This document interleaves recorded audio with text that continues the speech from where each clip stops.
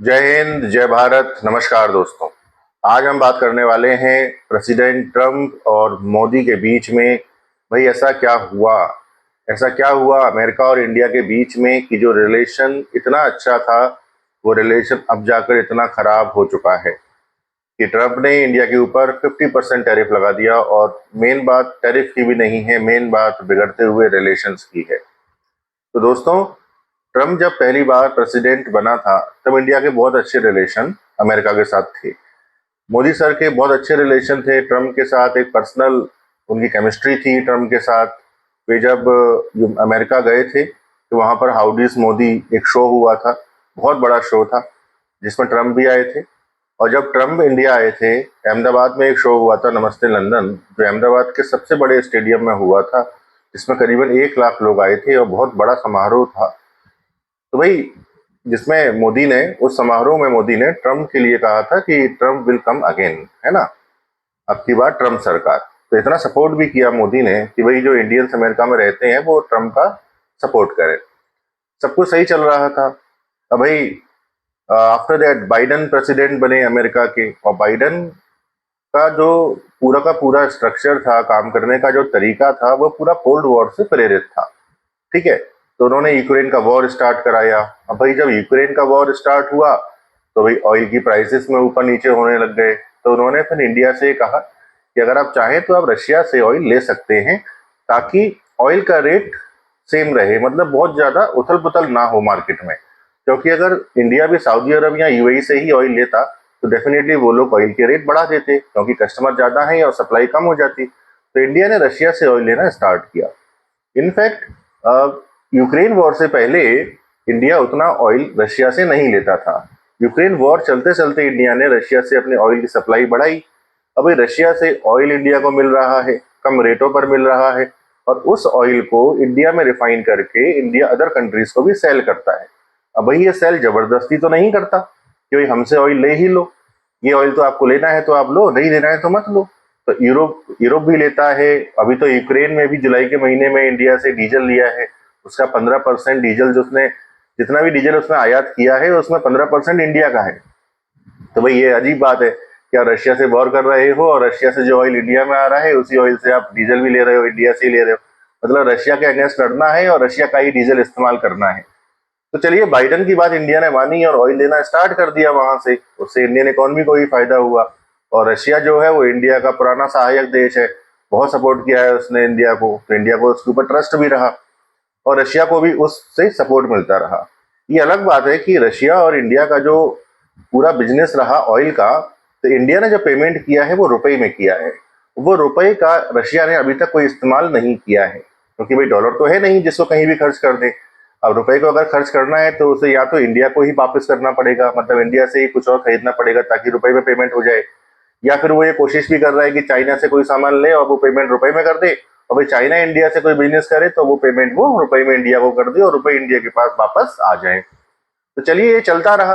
अभी ट्रम्प का जब सेकेंड प्रेसिडेंसी के लिए कैंपेन चल रहा था तब की बात करते हैं, है ना।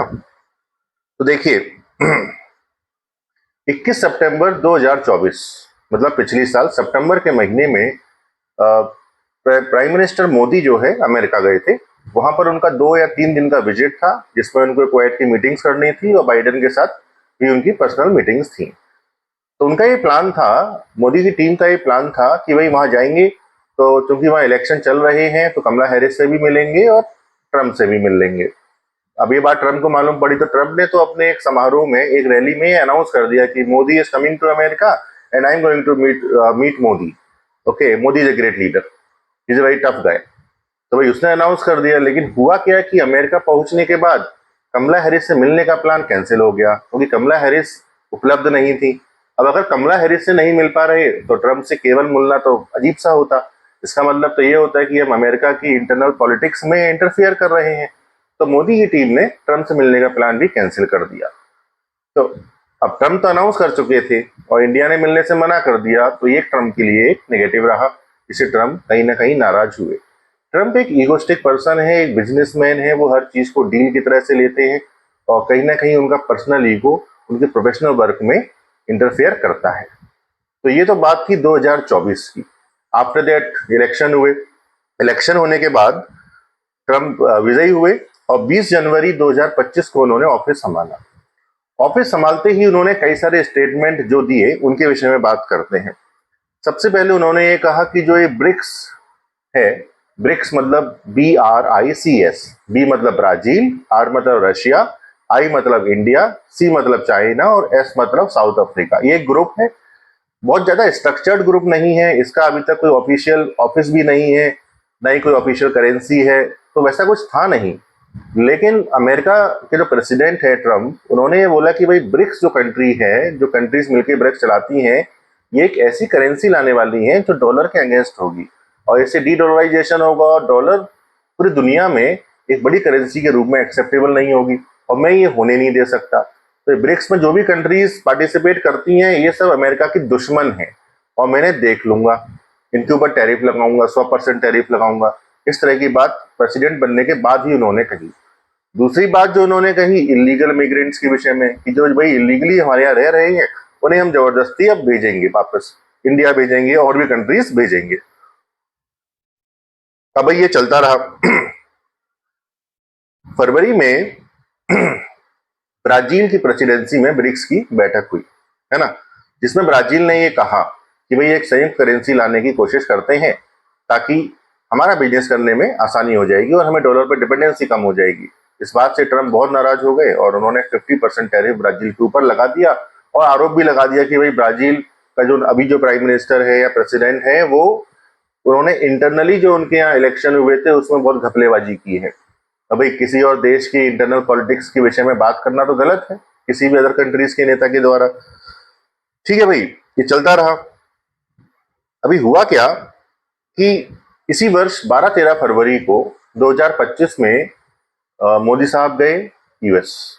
ठीक है, वहां पर उनको ट्रम्प से मिलना था और प्रेसिडेंसी ट्रम्प के आने के बाद फर्स्ट टाइम ही गए थे मोदी जी और बहुत चुनिंदा नेताओं में से थे, शायद तीसरे या चौथे नेता थे जो जाकर ट्रम्प से मिल रहे थे।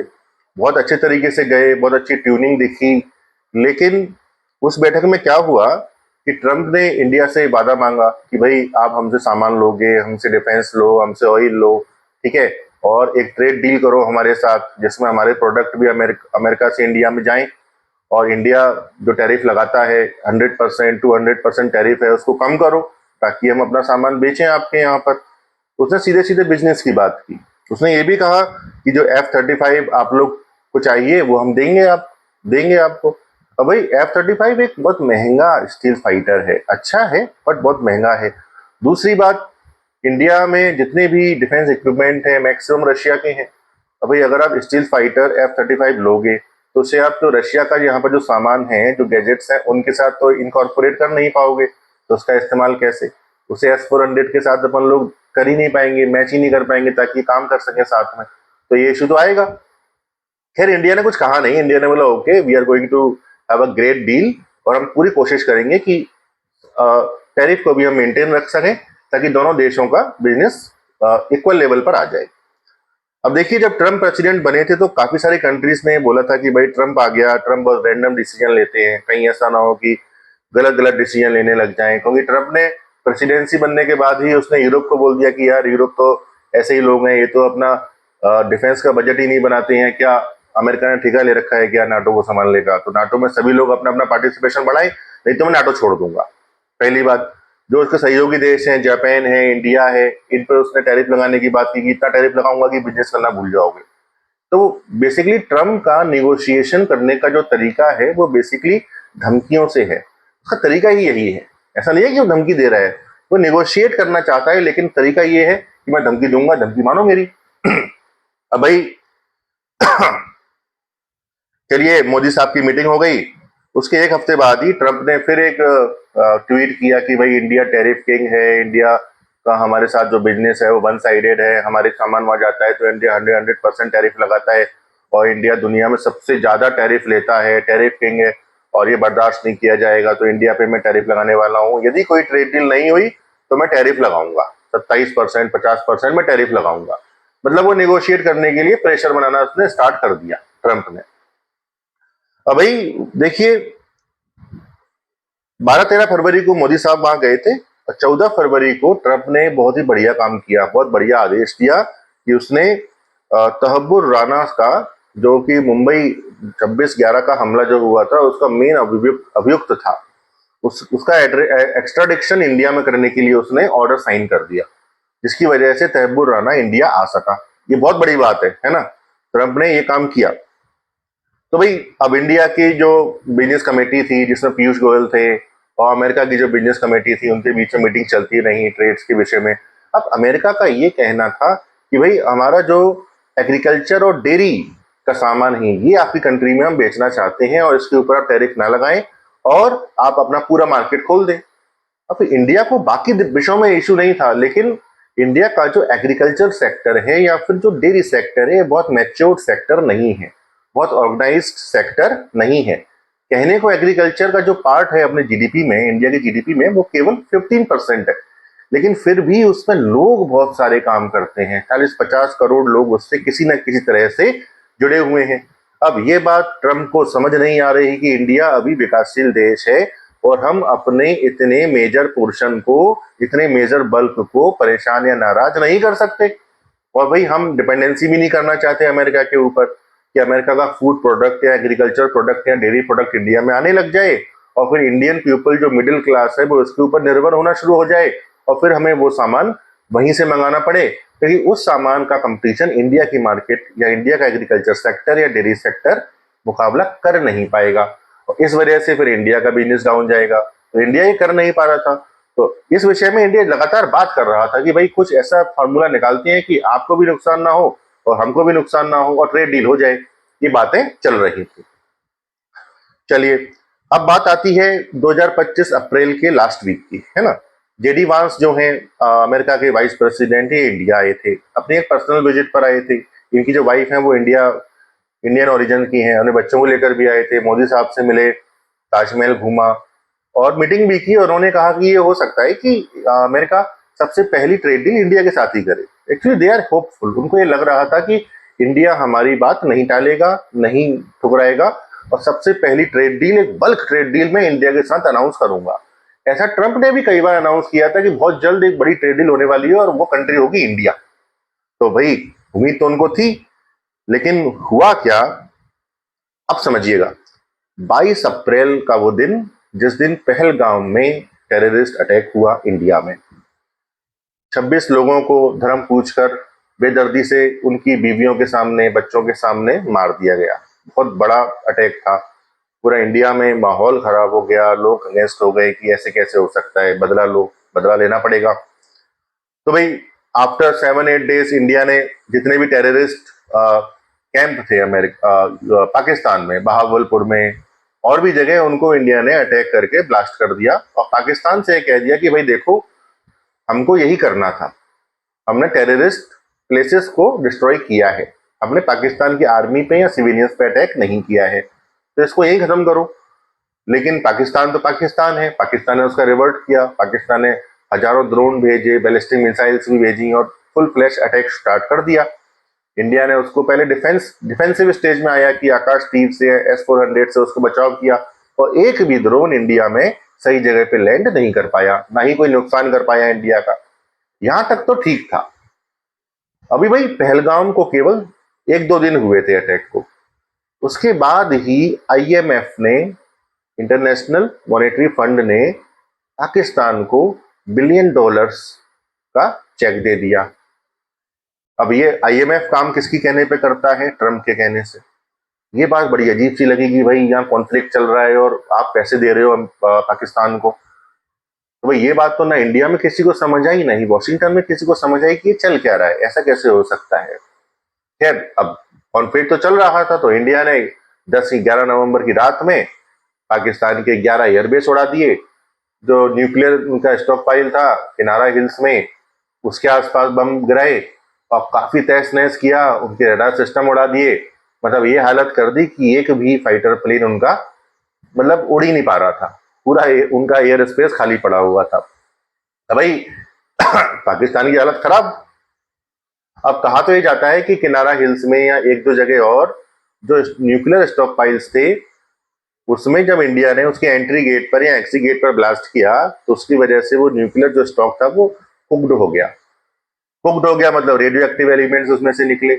उस वजह से वो पूरा का पूरा एरिया जो भी अंडरग्राउंड फैसिलिटीज थी वो सारी बेकार हो गई, मतलब उसे आप सील बंदी करना पड़ेगा। कहा ही जाता है कि वो स्टॉक जो था वो यूएस का था।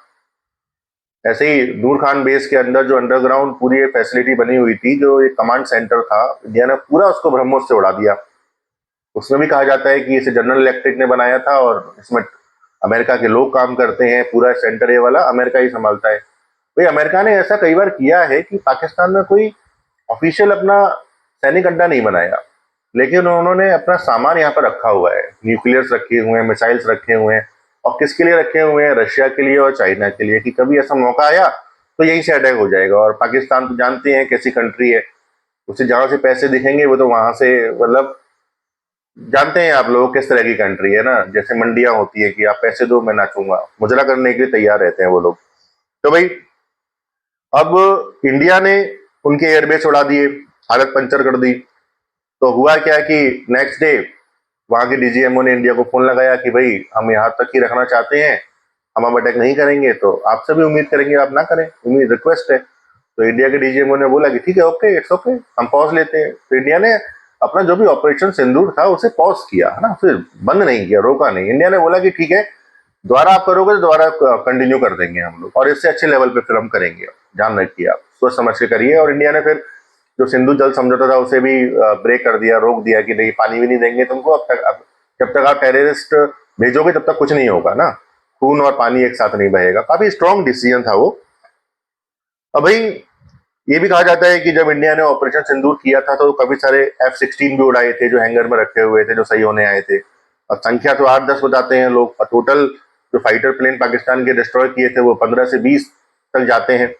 पाकिस्तान ये कभी मानेगा नहीं, पाकिस्तान तो पाकिस्तान है, वो तो हारने के बाद भी मेडल देते हैं अपने लोगों को कि इसने S-400 उड़ाया, इसने इंडिया पे अटैक कर दिया, इंडिया पे, है ना, एक फील्ड मार्शल बना दिया किसी को। खैर, ये पाकिस्तान की बात क्या करना। अब हुआ यह कि जब डीजीएमओस की बात हो गई तो ऑफिशियली क्या होता है कि दोनों कंट्रीज ऑफिशियली इसे अनाउंस करती हैं, सीज फायर कह सकते हैं इसे, टेम्पोररी। लेकिन दोनों कंट्री कुछ कह पाती उससे पहले ही ट्रंप का ट्वीट आ गया कि भाई, उसने क्या कहा वो पढ़ते हैं थोड़ा सा। I stopped a possible nuclear war between India and Pakistan. और मैंने उन्हें ट्रेड की धमकी दी कि अगर तुम वॉर रखोगे, लड़ोगे, तो मैं तुम्हारे साथ ट्रेड नहीं करूंगा, ट्रेड डील नहीं करूंगा। और दोनों कंट्री डर गए और दोनों ने मेरी बात मान लिया। उसने इसमें 2-3 बातें गलत करी। देखिए, पहली बात तो ये थी कि आपको अनाउंस नहीं करना चाहिए था। हो सकता है कि जेडी वांस ने फोन लगाया था मोदी साहब को, बात नहीं हो पाई थी, फिर बात हुई थी, उन्होंने बोला था कि पाकिस्तान बड़ा अटैक करने वाला है, मोदी जी ने बोला कि ठीक है, हम उसको देख लेंगे अपने हिसाब से, ठीक है। क्योंकि इंडिया का अपर हैंड था पूरे वॉर में। पाकिस्तान को उन्होंने बोला होगा कि भाई तुम पिल रहे हो, तुम्हारे फाइटर प्लेन गिर रहे हैं, चुपचाप फोन लगाओ वहां पर और संधि कर लो। उन्होंने वो किया।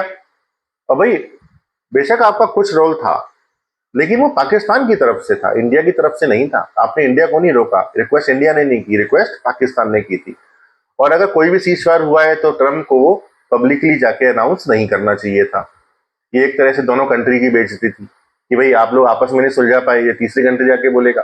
और इंडिया का तो हमेशा से ये स्टैंड रहा है कि भाई पाकिस्तान के साथ जो भी हमारे बायलैटरल इशू हैं, इंक्लूडिंग कश्मीर, उसमें हम दोनों ही सॉल्व करेंगे, तीसरी कंट्री की मध्यस्थता हमको स्वीकार नहीं है। और ये आज से नहीं है, ये आजादी के बाद से है। और इसे अमेरिका भी एक्सेप्ट करता था कि भाई ठीक है, इंडिया का ये है, हम इसे मानते हैं, हम इसमें मध्यस्थता नहीं करेंगे। अब ट्वीट जब किया ट्रंप ने तो उसमें लिख दिया कि हम, मेरी बात हो चुकी है और कश्मीर का इशू भी 2-4 दिन में मैं सॉल्व कर दूंगा। भाई ये बात अब ट्रंप ने तो अनाउंस कर दिया। बाद में इंडिया का विदेश मंत्रालय ने प्रेस कॉन्फ्रेंस किया और पूरी बात बता दी कि भाई डीजीएमओ का बात हुई है और ये हुआ है।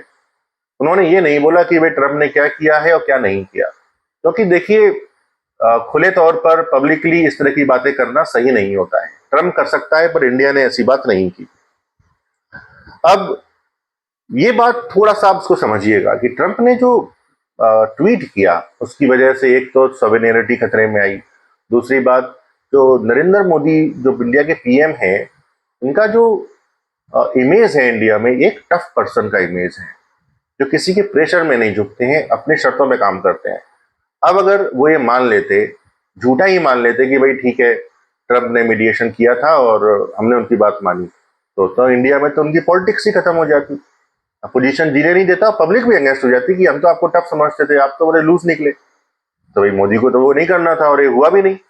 अब पाकिस्तान तो पाकिस्तान है, पाकिस्तान ने फोन लगा दिया ट्रम्प को कि अरे बहुत बहुत शुक्रिया जनाब अली, और आपने हमें बचा लिया, और आपको तो हम नॉमिनेट करते हैं नोबेल पीस प्राइज के लिए। ट्रम्प खुश, ट्रम्प बहुत खुश हुए। अब इंडिया में तो माहौल खराब हो गया, इंडिया में बोला जाने लगा कि भाई नरेंद्र सरेंडर, आप सरेंडर कर दिए, ऐसा कैसे हो गया, आप पार्लियामेंट में बयान दीजिए। पार्लियामेंट में मोदी जी ने बयान दिया, मेरी ट्रम्प से कोई बात हुई नहीं है अभी तक ऑपरेशन सिंदूर के बाद, ठीक है। ना ही किसी प्रेशर में ये एक्शन लिया गया है और ना ही ये सीज फायर है, ये केवल एक पॉज है, ये दोबारा स्टार्ट हो सकता है। बहुत क्लियर शब्दों में उन्होंने बोल दिया। ऐसा तो है नहीं है कि ट्रम्प को ये बात मालूम नहीं पड़ी होगी कि मोदी क्या कह रहे हैं। मोदी डिनाई कर रहे थे साफ साफ। विदेश मंत्रालय में एस जयशंकर ने कई बार ये क्लियर कर दिया कि यूएस में ही था जब ऑपरेशन सिंदूर चल रहा था। It's means it is very clear कि उनका कोई इंटरफेयर इसमें नहीं था और ना ही हम इसे एक्सेप्ट करते हैं। तो भाई अब हुआ यूं कि G7 का मीटिंग था कनाडा में, जिसमें कई सारी कंट्रीज आई थी और मोदी जी को भी स्पेशल गेस्ट की तरह इनवाइट करते हैं हर बार, तो मोदी जी भी गए थे।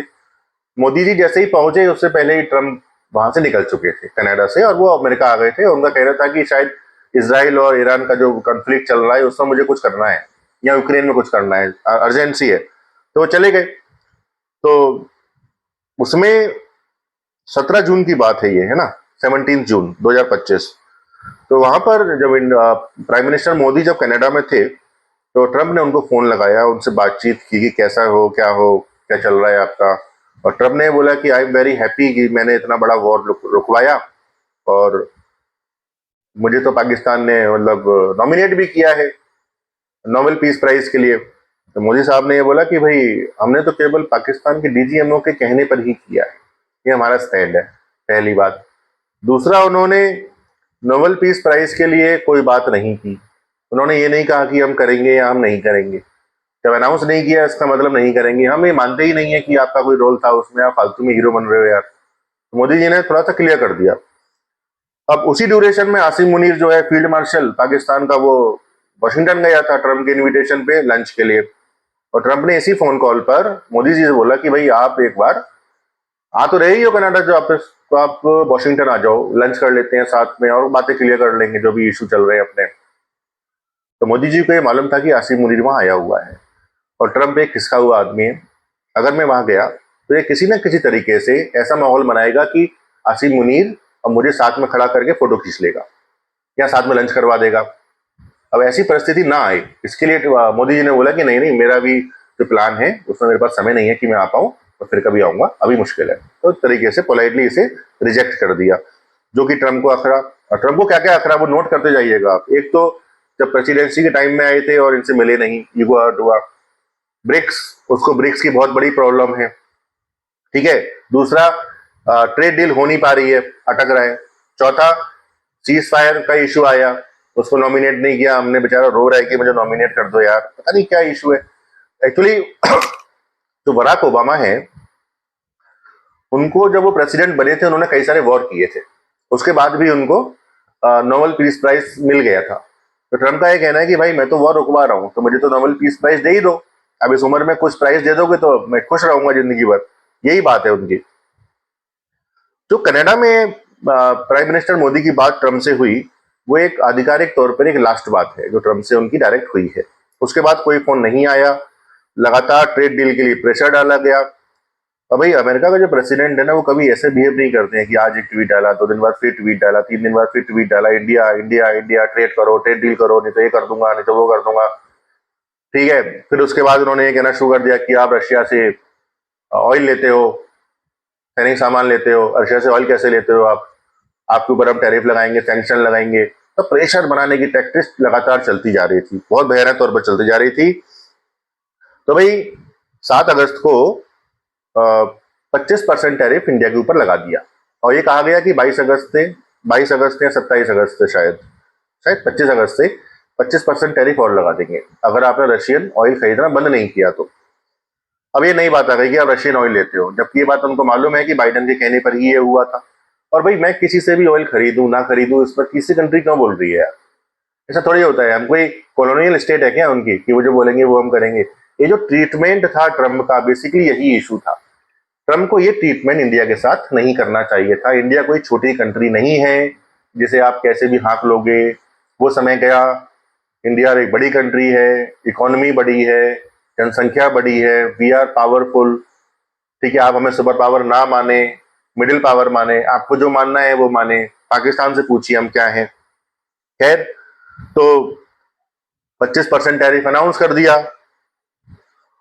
अब इसमें एक खास बात मैं आपको बताता हूं कि मेन प्रॉब्लम बेसिकली ये भी है। देखो, ये सब बात तो क्लियर है कि प्रेसिडेंसी के टाइम में ना मिले उससे, ब्रिक्स का इशू है, वो ब्रिक्स से बहुत ज्यादा चढ़ता है। ठीक है, तीसरा ट्रेड डील नहीं हो पा रही है, उससे उसकी बेइज्जती हो रही है कि यार आपने तो कहा था कि इंडिया से ही ट्रेड डील होगी सबसे पहली, और इंडिया ने तो ट्रेड डील करी नहीं है, इंडिया तो झुक ही नहीं रहा आपके सामने, बात ही नहीं मान रहा। आप कैसे पावरफुल नेता हो? फिर उसको ये भी चिढ़ थी कि जब वो तैयारी कर रहा था, जब वो कैंपेन में था प्रेसिडेंशियल की, तो उसने अनाउंस किया था कि मैं तो 24 घंटे में यूक्रेन वॉर रुकवा दूंगा।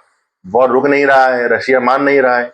रशिया का 35% ऑयल हमें इंडिया खरीद रहा है। तो भाई उसने सोचा कि इंडिया को प्रेशर डालते हैं, इंडिया ऑयल नहीं खरीदेगा रशिया से तो रशिया अपने आप जमीन पे आ जाएगा और वॉर रुक जाएगा। एक वो भी फ्रस्ट्रेशन थी उसकी। सबसे बड़ी बात लेकिन कुछ और थी। एक्चुअली 2024 में कंपनी बनाई गई थी, वर्ल्ड लिबर्टी फाइनेंशियल, WLF। और इसमें जो ये कंपनी है किसकी? ये कंपनी है अमेरिकन प्रेसिडेंट के, ट्रंप के दो बच्चे हैं, एरिक ट्रंप और डोनाल्ड ट्रंप जूनियर, इनकी कंपनी है। और जो ट्रंप के दामाद हैं जेरड कुशनर, इनकी इसमें मेजर स्टेक्स हैं। ठीक है भाई, इन लोगों की ये कंपनी है और ये कंपनी क्रिप्टो बिजनेस करती है। पहलगाम अटैक के आसपास ही इन लोगों की मीटिंग हुई थी पाकिस्तान के आसिम मुनीर और उनका फाइनेंशियल जो मंत्री है, फिनेंस मंत्री जो है उनका, उनके साथ। और पाकिस्तान ने 1 महीने पहले ही एक काउंसिल बनाई थी, पाकिस्तान क्रिप्टो काउंसिल, PCC। इन दोनों के बीच में डील साइन हुई थी पहलगाम अटैक के आसपास, जस्ट बाद में ही हुई थी एक डील, जिसमें कहा गया था कि पाकिस्तान से क्रिप्टो करेंसी का बिजनेस किया जाएगा ट्रम्प की कंपनी के साथ। अब भाई ये तो बड़ी बात है, ट्रम्प एक प्रेसिडेंट पोस्ट पर बैठे हुए हैं और उनके बच्चों की जो कंपनी है, उनके जो कह सकते हैं कि जो फाइनेंशियल हित हैं वो पाकिस्तान के साथ जुड़े हुए हैं। इस चीज के लिए ही ट्रम्प ने आसिम मुनीर को बुलाया था अमेरिका कि आप आइए, केवल इसीलिए कि आप बात करिए कैसे आप क्रिप्टो का बिजनेस करेंगे, कैसे सिक्योरिटी देंगे, कैसे सारी चीजें संभालेंगे, क्योंकि आसिम मुनीर की इसमें बहुत स्पेशल पोजीशन है, केवल इसलिए। अब यही बात आप पूरा लिंक बाय लिंक जोड़ते जाइए। चलिए, ब्रिक्स का इशू है वो अमेरिका का इशू है, ठीक है, ट्रम्प का पर्सनल नहीं था। ईगो हर्ट उसकी हुई जब मोदी जी उससे नहीं मिले, ठीक है।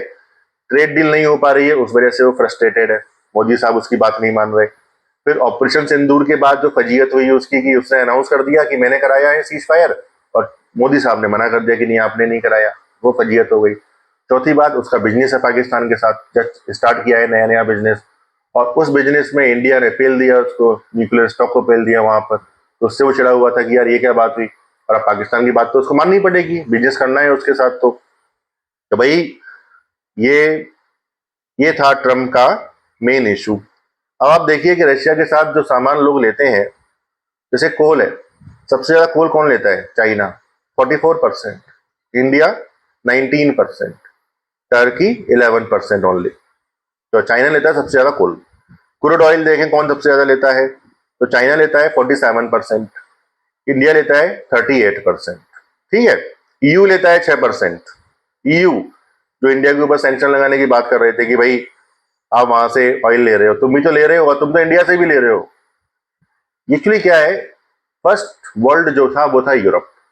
ये लोग रईस लोग हैं, इनको ये लगता है कि यार पैसे खर्च अमेरिका कर रहा है, वही हमारी सुरक्षा कर लेगा, ठीक है।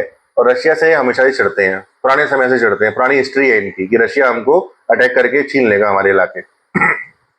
इस वजह से उन्होंने यूक्रेन को वॉर में उतार दिया कि भाई तुझे नाटो बनाएंगे, ठीक है। अब आप ये समझिए कि जब सोवियत संघ का विघटन हुआ था तो यूक्रेन के साथ एक संधि हुई थी जिसमें अमेरिकन प्रेसिडेंट और रशियन प्रेसिडेंट दोनों थे, और उसमें कहा गया था कि आपका जो न्यूक्लियर स्टॉक पाइल है, उनके पास बहुत न्यूक्लियर था, उसे आप नष्ट कर दीजिए, आपकी सुरक्षा हम दोनों कंट्री करेंगे हमेशा।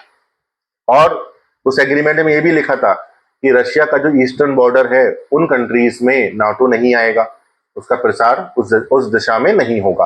अमेरिका ने एक्सेप्ट किया। ये तो अमेरिका की संधि थी ना भाई। तो अब आपने ऐसा क्या किया कि आपने 10 साल पहले वहां पर कूप कराया और जेलेंस्की को प्रेसिडेंट बनाया, जो कि एक जोकर था वहां पर, है ना।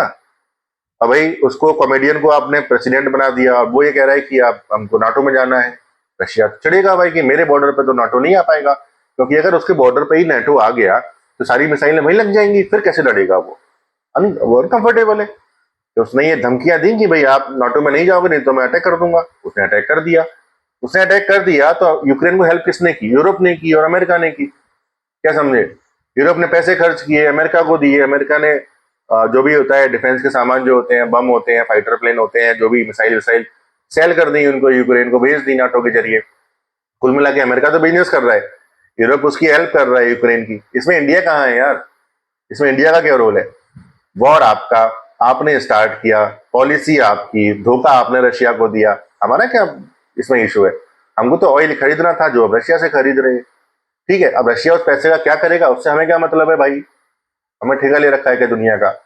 अगर तुम्हें इतनी प्रॉब्लम है तो तुम वॉर ना करो, यूक्रेन से बोल दो कि तुम नाटो में नहीं जाओगे और एक संधि कर लो।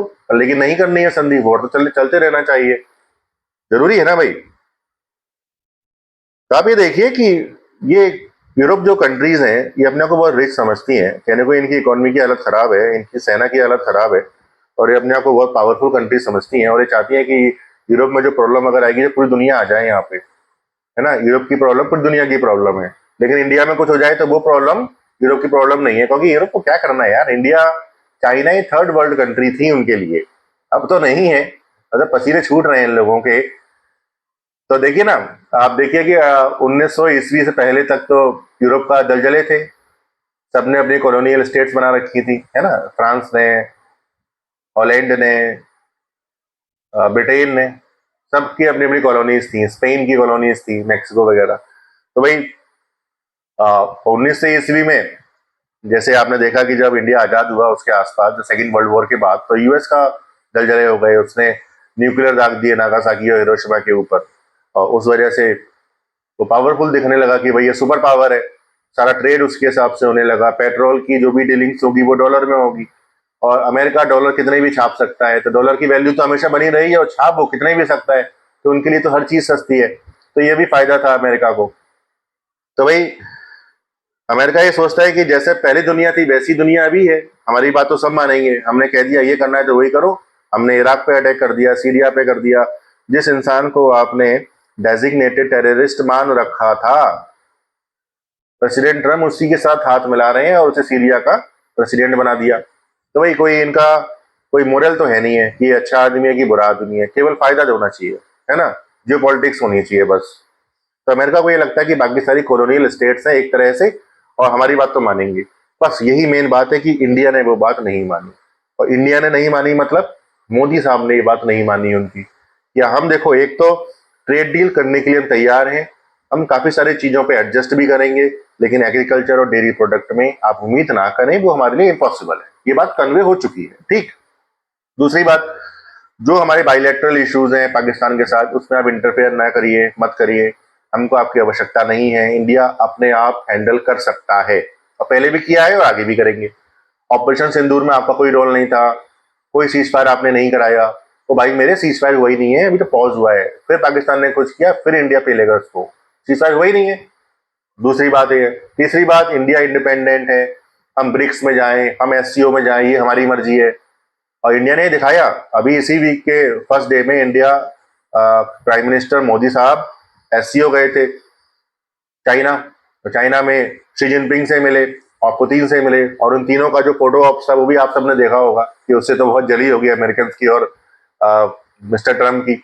और मिस्टर ट्रम्प ने बोला भी ना बाद में कि भाई ठीक है, इंडिया से हमारा बिजनेस था ही कितना, मतलब वो कहता ना कि यार मैं बोलूं भी क्या यार, इंडिया से हमारा बिजनेस ही कितना है, हम सामान बेचते ही कहाँ है वहां पर, वन साइडेड बिजनेस है, इंडिया टैरिफ किंग है, ये वो। अब वो रशियन ऑयल की बात नहीं कर रहा। इंडिया, मोदी साहब वहां गए थे एससीओ, तो उनकी पुतिन साहब से भी बात हुई। इनफैक्ट कार में बात हुई 40 मिनट अकेले में बैठ के। ये बहुत बड़ी बात होती है कि दो कंट्री के, इतनी बड़ी कंट्री के नेता जो है कार में बैठ के बात कर रहे हैं, क्योंकि थर्ड कंट्री में थे, चाइना में। अब किसी भी कंट्री में आप जाओगे तो हर चीज में मतलब सामान लगे होते हैं, गैजेट्स लगे होते हैं कि आप कोई भी बात करोगे तो वो सब रिकॉर्ड हो जाएगी, है ना। बग होते हैं हर जगह। तो रशियन प्रेसिडेंट ने सोचा कि मेरी गाड़ी में बात कर लेते हैं, तो उन्होंने इंडियन प्राइम मिनिस्टर के लिए 10 मिनट वेट किया और फिर उन्होंने उन्हें को बिठाया और 40-45 मिनट अकेले में बात की। कुछ बातें ऐसी होती हैं जो किसी और कानों में नहीं पड़नी चाहिए। तो मिस्टर ट्रम्प के एक सलाहकार हैं मिस्टर नवारो, जो इटालियन मूल के हैं। पता नहीं वीड मारते हैं, कौन सा नशा करते हैं वो, लगातार कमेंट पे कमेंट किए जा रहे हैं। इतने खिसिया रहे हैं और इतने डेस्परेट हो रहे हैं कि वो बोल रहे हैं कि ये यूक्रेन वॉर जो है ना, ये मोदी का वॉर है, मोदी इज फाइनेंसिंग। इंडिया एक लॉन्ड्री है रशिया के लिए जो पैसे जनरेट करता है ऑयल लेके। उन्होंने ये भी बोला कि भाई जो ऑयल जो आता है रशिया से, उसकी रिफाइनिंग से जो भी पैसा इंडिया कमाता है वो ब्राह्मीण कमा रहे हैं। अब ये बहुत बड़ी बात है, ब्राह्मीण कमा रहे हैं, ये स्टेटमेंट कैसे दे सकता है कोई अमेरिका का पर्सन, तो भी एक सलाहकार ट्रम्प का, कि ब्राह्मीण कमा रहे हैं। अब ब्राह्मीण की कोई कंपनी नहीं है इसमें, तो ब्राह्मीण आ कहां से गया भाई। हमारे देश में कोई हिंदू है, कोई मुस्लिम है, ब्राह्मण है, ठाकुर है, बनिए हैं, सारी कास्टें हैं। आपको उससे क्या करना। आप ये कैसे बोल सकते हैं कि ब्राह्मण कमा रहे हैं, मतलब आप डिस्प्यूट जनरेट करना चाहते हैं इंडिया में, है ना। जातिवाद आप फैलाना चाहते हैं। अब यहां से आप कनेक्ट कर दीजिए कि जो इंडिया में जातिवाद बोलते हैं कि भाई अपर कास्ट को छोड़ो, लोअर कास्ट और मीम भीम 50 चीजें चलती हैं, ये कनेक्शन कहां से बना हुआ है। जैसा कि मैंने एक वीडियो में आपको बताया था कि जो नए एम्बेसडर भी इंडिया में आने वाले हैं, अभी गेम शुरू हो रहा है, आप देखते जाइएगा। जो कंट्री अमेरिका को अच्छी नहीं लगती, जो कंट्री अमेरिका की बात नहीं मानती है, अमेरिका उनको नहीं छोड़ेगा। अमेरिका उन नेताओं को हटाने की पूरी पूरी कोशिश करेगा। ये कोशिश कुछ दिन पहले इंडिया में भी हुई थी, जब इंडिया के वाइस प्रेसिडेंट, याद है आपको, जिन्होंने इस्तीफा दे दिया या देना पड़ा, उन्होंने तेलुगु देशम पार्टी के नेताओं के साथ मीटिंग की और उनसे कहा कि आप अपना सपोर्ट मोदी साहब से खींच लीजिए। और इसमें कुछ इंडिया के इंडस्ट्रियलिस्ट भी शामिल हैं जो अमेरिकन प्रो हैं। जैसे ये खबर अमित शाह को लगी, तुरंत उनको बोला गया कि आप इस्तीफा दे दीजिए, नहीं तो हम महाअभियोग आपके अगेंस्ट ले आएंगे। तो उन्होंने इस्तीफा दे दिया। अब ये कहा जा रहा है कि 6-8 महीने में मोदी सरकार गिर जाएगी, कुछ प्लान ऐसा चल रहा है। अमेरिका के द्वारा फंडेड, जॉर्ज सोरेस के द्वारा फंडेड, डीप स्टेट के द्वारा फंडेड कुछ ऐसा प्लान चल रहा है। आपको दिखेगा कुछ दिनों बाद, आपको सड़कों पे दिखेगा कुछ ना कुछ प्लान अमेरिका के द्वारा संयोजित। इंडिया में एनआरकी फैले, हड़ताल हो, प्रोटेस्ट हो, माहौल खराब हो और मोदी साहब का सपोर्ट खिंच जाए और सरकार गिर जाए। कैसे भी सरकार गिर जाए, फिर हम ऐसे आदमी को बिठाएंगे जो हमारी बात मानेगा। बस ये ट्रम्प चाहते हैं। लेकिन वो एक बात भूल गए कि इंडिया एक सिविलाइजेशनल कंट्री है। जैसे चाइना है, जैसे ईरान है, हमारी हिस्ट्री 7-8 हजार साल पहले तक जाती है ना। इंडियंस जो होते हैं ना, वो लड़ाई झगड़ा नहीं चाहते, लेकिन वो बुरा बहुत जल्दी मानते हैं। आप अगर इंडिया की इकोनॉमी को बोलोगे कि डेड इकोनॉमी है, डेड इकोनॉमी, तो भाई मेरे 7.8 था भी रेट, जीडीपी रेट इस क्वार्टर का, डेड इकोनॉमी बोला है। तो इंडिया को एक बात अखरती है कि आप ऐसे कैसे बोलते हैं। आप अपनी लैंग्वेज को सही करिए, क्योंकि जिस तरह के शब्दों का इस्तेमाल आप अपनी कंट्री में करते हैं कि भाई, ट्रम्प का क्या रहता है कि मान लो किसी कंट्री ने उसकी बात मान ली, ठीक है ना, फोन आ गया कि ठीक है ट्रेड डील कर लेते हैं, तो ट्रम्प साहब क्या बोलते हैं, क्या ही किस माई एस। यार ये जो शब्दावली है ना, ये इंडिया में नहीं चलती है। आप अगर ये बोलोगे ना कि इंडियन किस माई एस, तो इंडियन को बुरा लगेगा भाई, है ना। हम लोग को बुरा लगता है, हम मानते हैं कि उनको बुरा लग रहा है, तो ऐसा मत बोलिए फिर, है ना। और हम किसी के अंडर में नहीं आने वाले और ना इंडिया आने वाला। ऐसा भी नहीं है कि इंडिया चाइना के साथ चिपक गया, it just a starting. India ने केवल एक ट्रूस लिया है, बातचीत चल रही है और ये दिखा रहा है अमेरिका को कि वी हैव अदर फ्रेंड्स, हम और गुट में जा सकते हैं, ओपन है हम लोग, ठीक है। चाइना का जो इशू है अमेरिका के साथ, बहुत बड़ा इशू नहीं है, क्योंकि चाइना रेयर अर्थ जो अमेरिका को भेजता है, सेल करता है, अमेरिका को उसकी ज़रूरत है, उसके बगैर अमेरिका की कंपनियां ठप पड़ जाएंगी, इसलिए अमेरिका अभी उसके खिलाफ एक्शन नहीं ले रहा है। और चाइना एक बड़ी कंट्री है, स्ट्रॉन्ग कंट्री है, इकोनॉमी स्ट्रॉन्ग है, सुपर पावर है, ठीक है। तो उसको इतनी जल्दी अमेरिका दबाना नहीं चाहता, लेकिन चाइना को ये लगता है कि ये सही मौका है, क्योंकि अमेरिका सुपर पावर तो है, लेकिन एक डिक्लाइनिंग सुपर पावर है। ये बात अमेरिका भी जानता है, डिक्लाइनिंग सुपर पावर है, कहने को बहुत लंबा टाइम लगेगा उसे नीचे आने में, पर डिक्लाइनिंग है। और चाइना अभी ऊपर चल रहा है, आगे जा रहा है। तो चाइना ये चाहता है कि उसके आसपास की जो कंट्रीज हैं या मेजर कंट्रीज जो वर्ल्ड की हैं वो उसके अंडर में आए, उसकी बातें माने।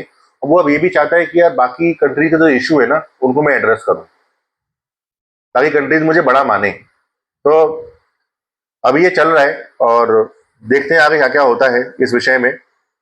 जहां तक कैलकुलेशंस कहते हैं कि ट्रंप को जो करना था वो कर चुके हैं, उन्हें समझ भी आ चुका है कि गलत रास्ता उन्होंने लिया। अभी होगा क्या, जो मुझे लगता है कि मीटिंग्स होंगी, 1-2 महीने में मीटिंग चलती रहेंगी और एक ट्रेड डील अनाउंस हो जाएगी। और फिर अमेरिकन प्रेसिडेंट एक अनाउंसमेंट कर देंगे कि भाई मतलब कुछ मिसकम्युनिकेशन हो गया था और Modi is a tough guy, Modi is a strong guy, India Indian peoples I love you, और मैं इंडिया आऊंगा और ये होगा वो होगा, और बातें सारी नॉर्मल हो जाएंगी। चलिए दोस्तों, तो मैंने कोशिश पूरी की कि ट्रम्प के विषय में बताऊं आपको कि क्या इशू चल रहा है, और इस विषय में और भी बात करेंगे। आप मेरी सारी वीडियोस को लाइक करिए, चैनल को प्लीज सब्सक्राइब करिए। Thank you.